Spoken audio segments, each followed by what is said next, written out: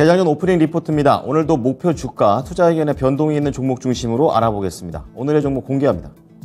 오늘은 목표가 상향 조정된 종목이 없었고요. 하향 조정된 종목들이 많았습니다. 아프리카TV, 또 아모레G, LG전자, 대웅제약과 반도체 원익 IPS가 되겠고요. 유지 종목은 휠라홀딩스, 제일기획, 그리고 아모레퍼시픽이 있었습니다. 자, 오늘은 하향 조정된 종목 중심으로 알아볼 텐데요. 첫 번째 아프리카TV입니다. 콘텐츠 쪽이고요. 한국투자증권 매수 의견 유지 13만원에서 10만원으로 낮췄습니다. 역사적인 저점 수준에 근접했다 얘기를 하면서 이런 하락의 원인은 무엇인가, 그리고 대응은 어떻게 해야 될까 얘기를 하고 있는데요. 우선은 이렇게 역사적인 저점에 내려갔다는 것이 오히려 기회다라고 얘기를 하고 있습니다. 과금 유저, 그리고 유저당 평균 과금 수준, 이 부분의 포인트들이 전체적인 이용자는 하락했지만 계속해서 늘고 있다는 점을 긍정적으로 보고 있습니다. 그래서 이런 있는 사람들, 그러니까 남아있는 사람들이 돈을 더 쓰게 되면서 플랫폼에 대한 충성도가 높아졌다라는 분석을 내놨고요. 이거 덕분에 아프리카TV는 폭발적이진 않지만 지속적인 그런 성장이 가능하다 얘기하고 있습니다. 그리고 단기적인 악재에 대해서도 언급을 두 번째 내용에서 얘기하고 있는데요. 3분기에 이제 구글의 결제 정책이 변경이 됐습니다. 이제 그렇게 되면서 헤비 유저가 아닌 돈을 조금 쓰는 라이트 유저가 이탈하게 되고, 이러한 부분에서 주요 포인트 중에 하나인 과금 유저 수가 약간은 줄어들 수 있다는 점을 단기 악재로서 들었습니다. 다음은 아모레G 보겠습니다. 신한금융투자 매수 의견 유지, 목표 주가 64,000원에서 좀 많이 내렸습니다. 4만원으로 낮췄는데요. 제목은 깊고 긴 바닥을 지나는 중이라고 얘기하고 있습니다. 우선 자회사의 실적을 얘기를 하는데요. 영업이익이 전년 대비 마이너스 62%, 연결 매출이 전년 대비 10% 감소입니다. 시장의 전망치를 크게 하회하는 수준이고요. 역시 화장품이다 보니까 중국의 영향을 많이 받습니다. 중국의 소비 회복이 더디다는 부분을 계속 들고 있고, 특히 이 중국 쪽에 있는 주요 자회사의 영업 적자가 현재 예상되고 있습니다. 그나마 국내에서 이니스프리나 에뛰드와 같은 로드샵들을 강도 높게 지금 구조조정을 했다라는 것 때문에 실적 부진이 심화되지는 않을 것으로 내다봤습니다. 자, 그 가운데 모멘텀을 언제 회복할 것이냐, 바로 4분기에 있다고 얘기를 하고 있는데요.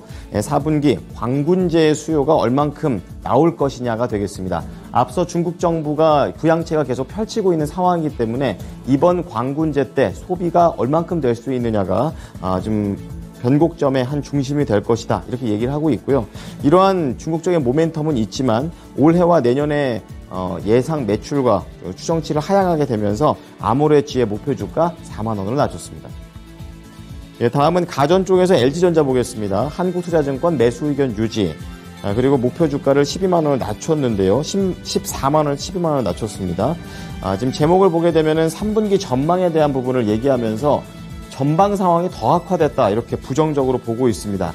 우선 3분기 실적 자체는 전망치에 부합을 하는데, 여기에서 우려가 되는 게 바로 TV가 되겠습니다.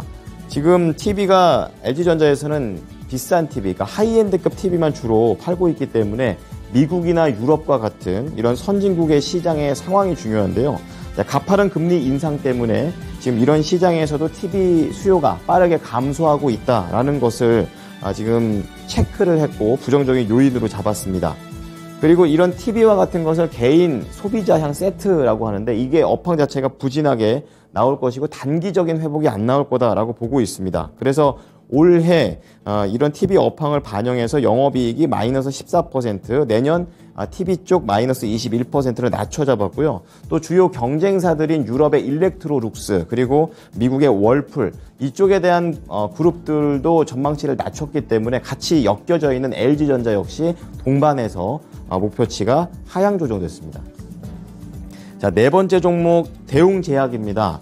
NH투자증권이고요. 매수 의견 유지, 목표 주가 역시 하향 조정됐습니다. 23만원이고요. 여전히 나보타의 구조적인 성장을 기대한다라고 얘기를 하고 있습니다. 앞서 LG전자도 일렉트로룩스, 월풀처럼 글로벌 피어 그룹들이 다 내려갔기 때문에 이런 것에 대한 가치 하락을 동반해서 겪고 있다라고 얘기를 하고 있습니다.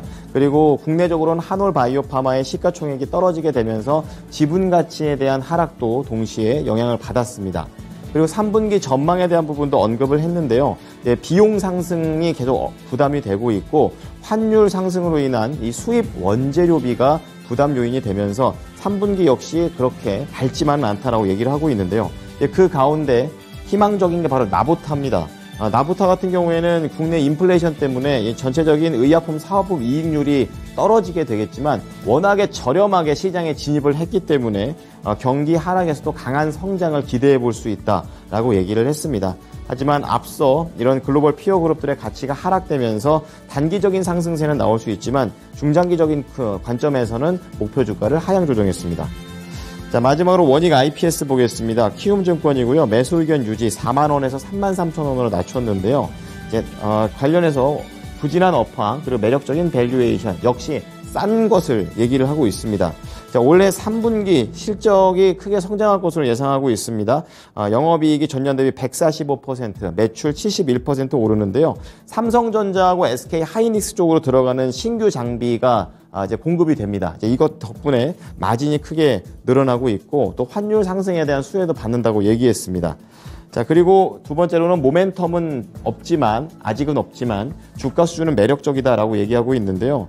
지금 2023년 고객사들의 투자 수요가 계속 줄고 있는 이런 상황에 그대로 영향을 받고 있습니다. 그래서 조금은 지속적인 조정을 받을 것이다 라고 보고 있고요. 낸드 그리고 DM 사업자체의 이런 증설에 대한 부분들이 올해 대비 크게 축소한다는 점 내년의 악재로서 목표 주가 낮췄습니다. 지금까지 오프닝 리포트였습니다.